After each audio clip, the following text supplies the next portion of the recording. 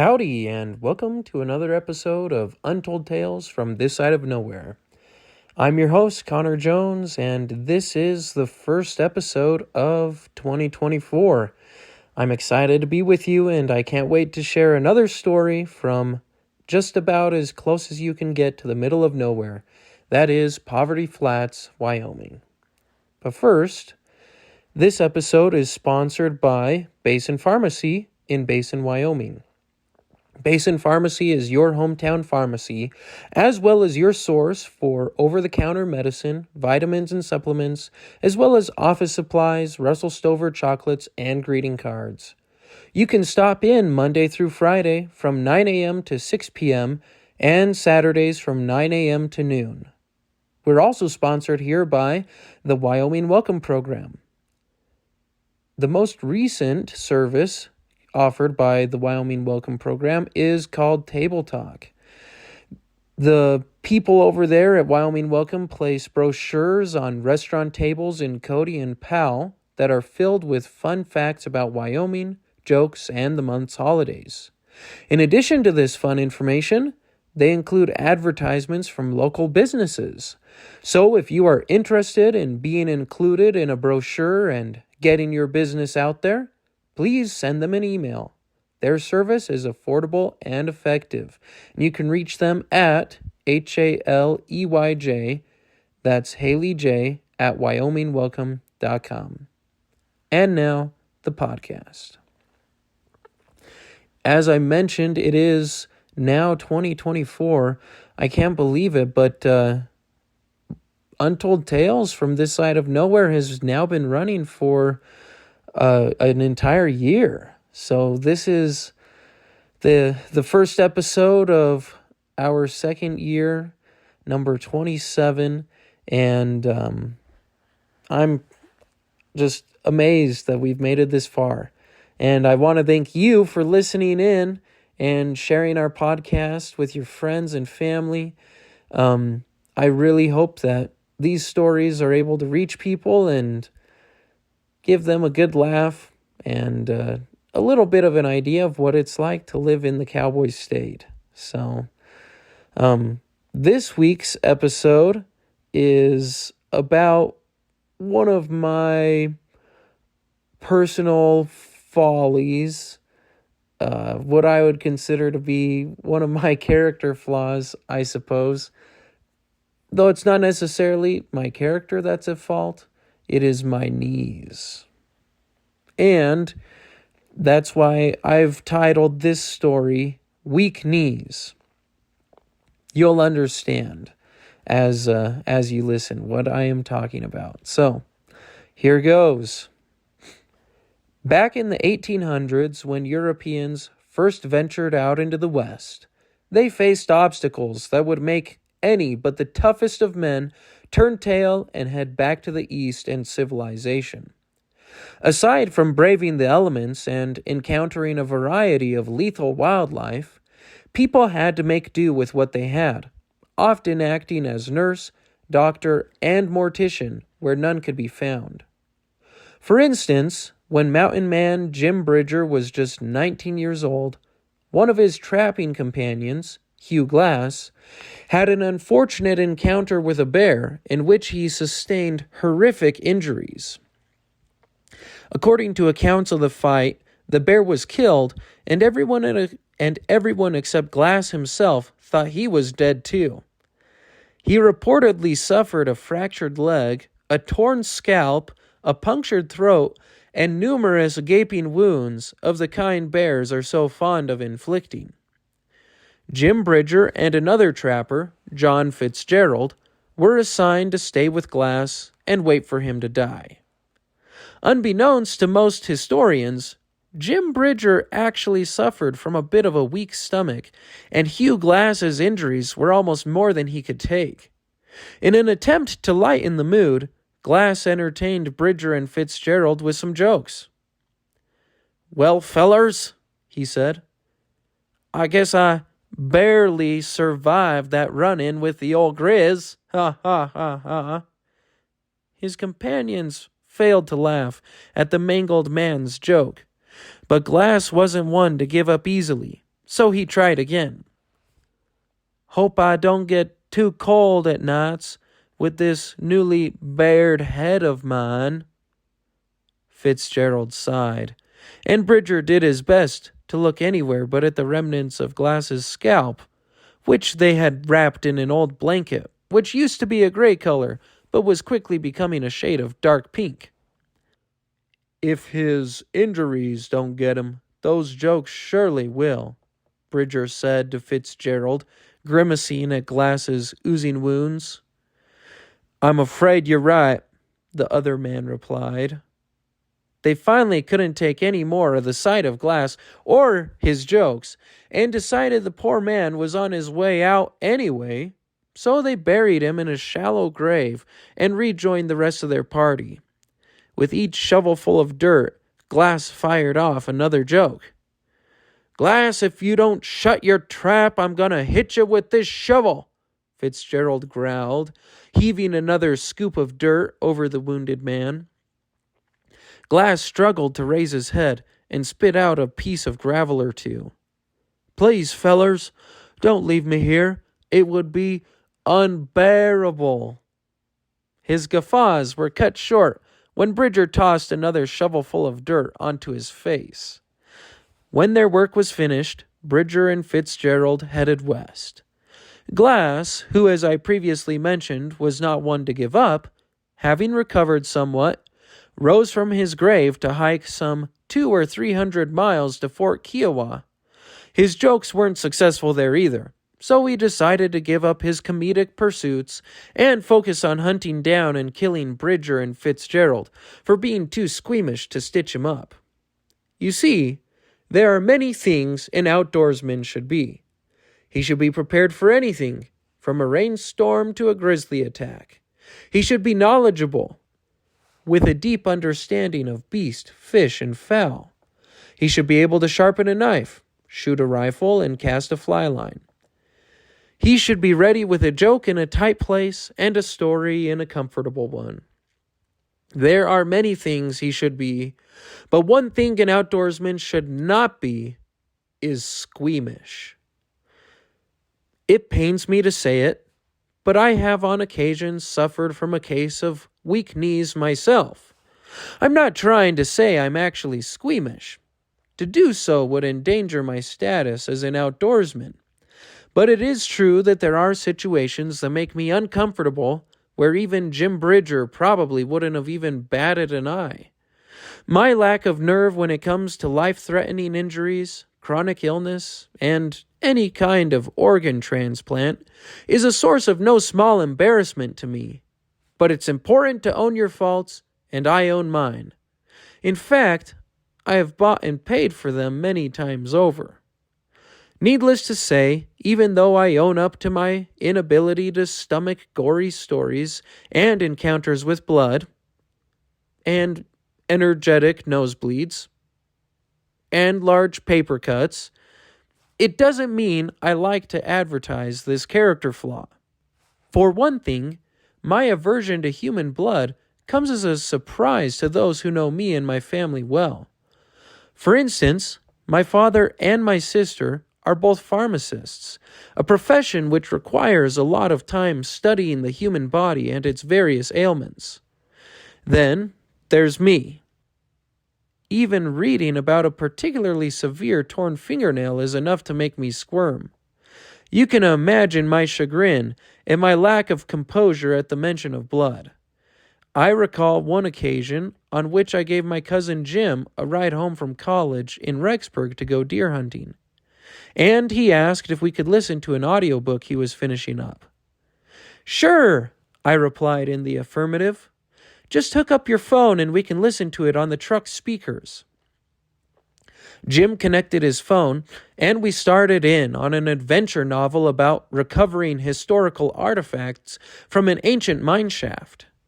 The writing wasn't bad, and I was thoroughly enjoying the exciting events of the book when disaster struck.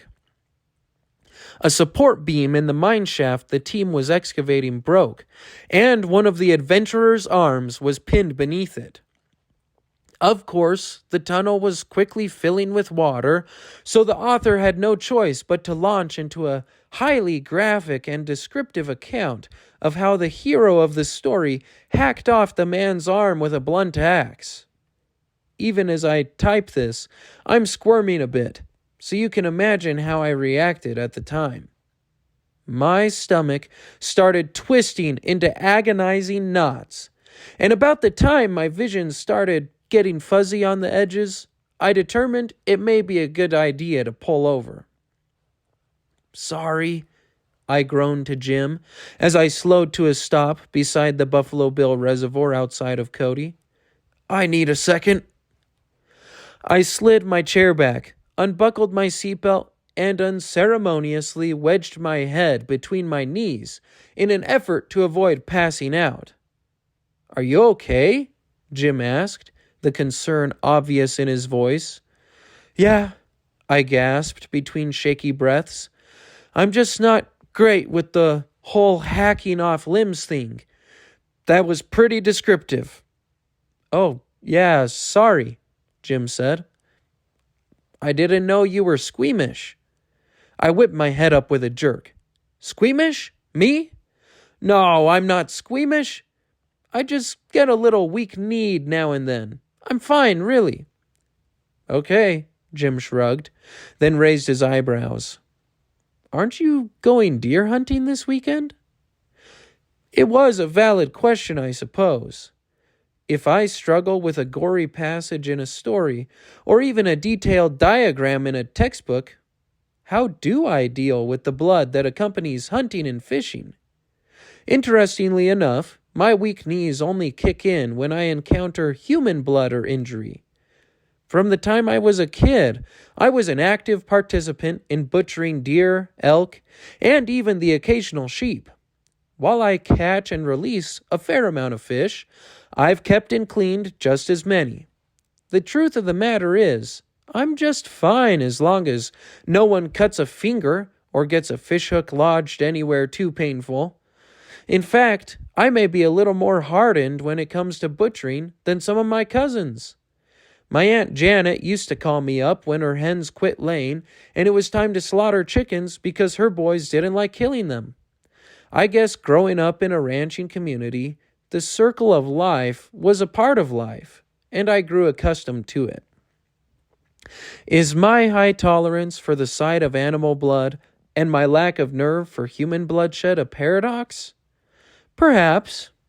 It certainly doesn't make much sense to me, and I would be happy to hear a satisfactory explanation for my condition, if only to understand it better and perhaps get more of a stomach for fairly common situations like surgeries and donating blood.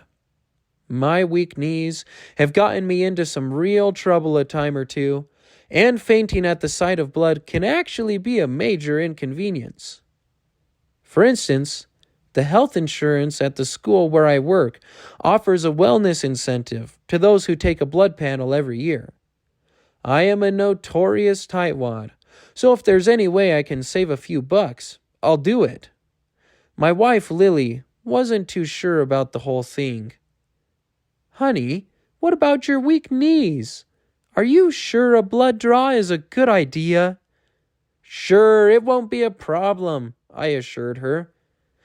That little voice in the back of my mind I usually try to ignore piped up and tried to remind me about the experience with the audiobook and the guy who got his arm hacked off, but I managed to silence the little bugger. My desire to save money was stronger than my weak knees. I was sure of it. So, one morning instead of going to work, I drove to the rec center in Cody to get my blood work done, planning to make it back in time to teach my first class. As I pulled into the parking lot, I felt a little flutter somewhere in the region of my stomach, but I swallowed hard and went inside. I was mentally preparing for a quick poke and parting with a vial or two of my blood, but the nurse who accepted my voucher told me the school district covered something like $150 worth of blood work, and my nerve almost gave out when she slapped a tray of 6 empty glass vials onto the table next to my right arm. Um, are we gonna fill all of those? I asked, that little voice I mentioned earlier, starting to shriek in shrill tones, something about passing out by the Buffalo Bill Reservoir. Yes, the nurse said, giving me a saccharine smile.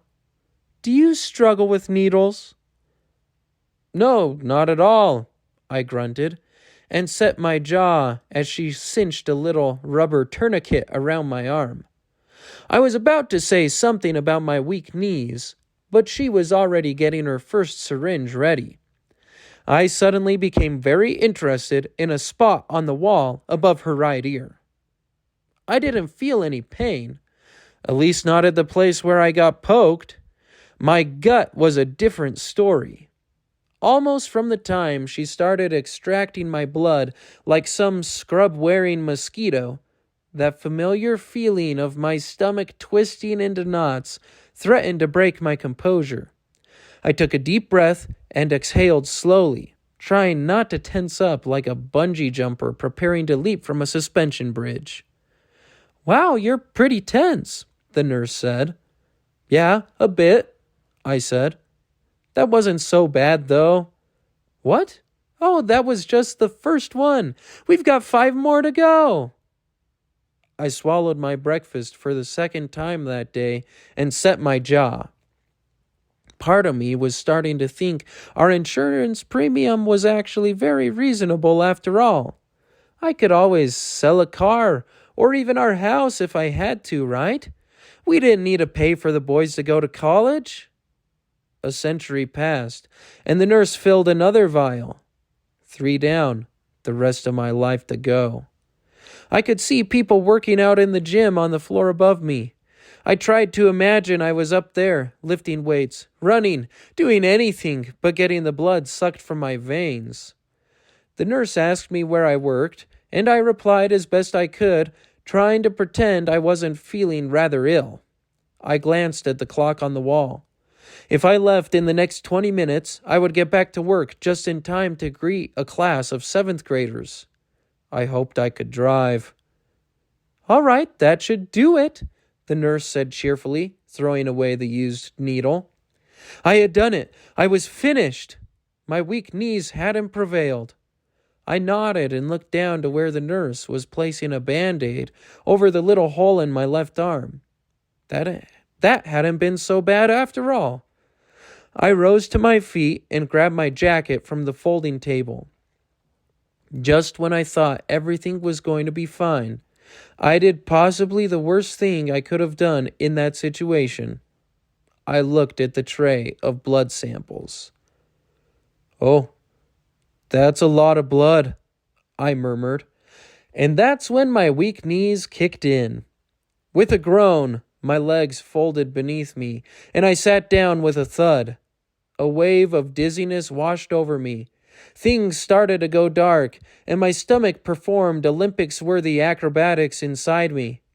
Whoa, we got a fainter, the nurse called out. Get some ice packs.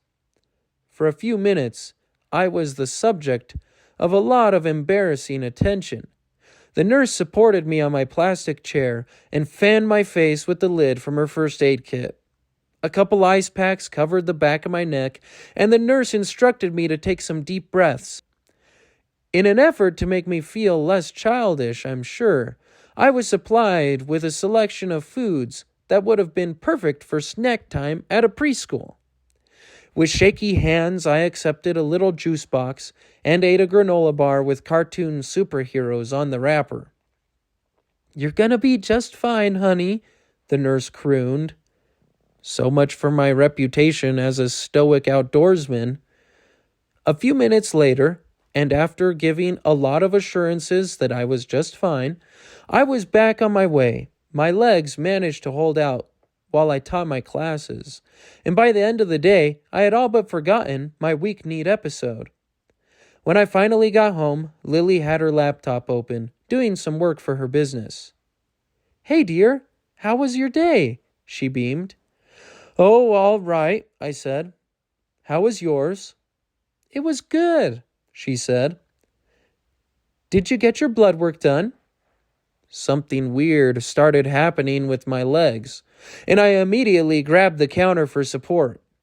Oh, yeah, I did, I said. I did too, said Lily. Are you all right? Yeah, I'm fine, I said with what I hoped was a breezy air of indifference. How did yours go? Lily sighed. Oh, it was all right. You know I don't like getting blood work done. I can't imagine why, I grunted. Are you sure you're okay? Lily asked, concern obvious in her voice. Maybe you should sit down. Yeah, maybe I will, I groaned and sank into a chair. The weak knees getting to you again? Lily asked. I guess, I said weakly. Well, imagine how much worse it would have been if they had to take a lot of blood for your wellness panel, Lily said brightly. I looked up from where my head was wedged between my knees. What do you mean, imagine how much worse it would have been? They filled 6 vials, I moaned. 6? Lily asked. Yeah, 6, I huffed. Wait, I said, a wild laugh escaping my lips. Didn't they take 6 from you? Lily covered her mouth in an attempt to stifle her laughter. No, they didn't. What? How much did they take from you? I demanded. Tears streamed down Lily's face as she fell sideways on the couch in a fit of laughter. What's so funny? I yelled. Al, she gasped, they took 1 vial from me. Only 1? I asked, incredulous. Yes. But why did they take 6 from me? I gasped. Did you get all the tests they offered? Lily asked, wiping her eyes. I didn't have to? I blurted out. No, the voucher covered 12 tests, but you only needed the wellness panel. I slid down in my seat and groaned. Maybe next year we'll just pay the higher insurance fees. Don't worry, Lily grinned. You've got 12 months to work on those weak knees of yours. There you go. Weak knees. Yeah, getting blood drawn is a nightmare for me. And Lily, my wife Haley, is pregnant with our 3rd child. And delivery can be a little hairy for me too. Luckily, I've never passed out in the delivery room, but it has been a little sketchy, to say the least. Yeah, and gosh, try as I might, I am just so bad with blood. In fact, it's January, right? And we have to go in as teachers and get CPR certified, just in case something happens at work. But in order to get the certification, we had to do an online course for the American Red Cross, and it covered all the range of first aid. And I admit, it was tough. I was just fine when I was reading about strokes and heart attacks and even CPR, but there was a section in there about life-threatening bleeding, and oh my goodness, I thought I was going to pass out in my classroom. They're going to have to take me out of my room on a stretcher or something. Thankfully, at the end, I could just listen to the case study that they presented, and I didn't have to read many things. But yeah, our school nurse informed me I am not going to be placed on the emergency response team. Perhaps you also struggle at the sight of human blood, or you have a case of weak knees. You're not squirmish by any means. That would be a major character flaw, right? But if you do suffer from a similar ailment from time to time, let me know about it. I'm sure that there are some great stories out there. I'm excited on this podcast episode to announce the start of our Fishing Failure Hall of Fame over on our Facebook page. Now, we intend to crown a winner here in the next couple of months, but what I need from you is your picture of your greatest fishing failure. Now, you might remember the story, the authentic fishing experience, in which I discussed the shame of landing a fish while fishing and thereby ruining an authentic fishing experience. And so I'm trying to get some of you to admit to your fishing failures. So go ahead and send me a picture of your greatest fishing failure. I will post one of my own, and our intention is to crown the greatest fishing failure and create a pretty good Hall of Shame over there on the Untold Tales from This Side of Nowhere Facebook page. So go ahead and send in your greatest failures, and we'll be happy to post them over there on the Facebook page for you. You can reach me through email at untoldtalesthepodcast@gmail.com, or you can also message me on Facebook. So I look forward to hearing from you and seeing pictures of your greatest fishing failures. As always, this has been another episode of Untold Tales from This Side of Nowhere, where we work twice as hard for half as much and still find time for the important things, like fishing. See you next time, folks.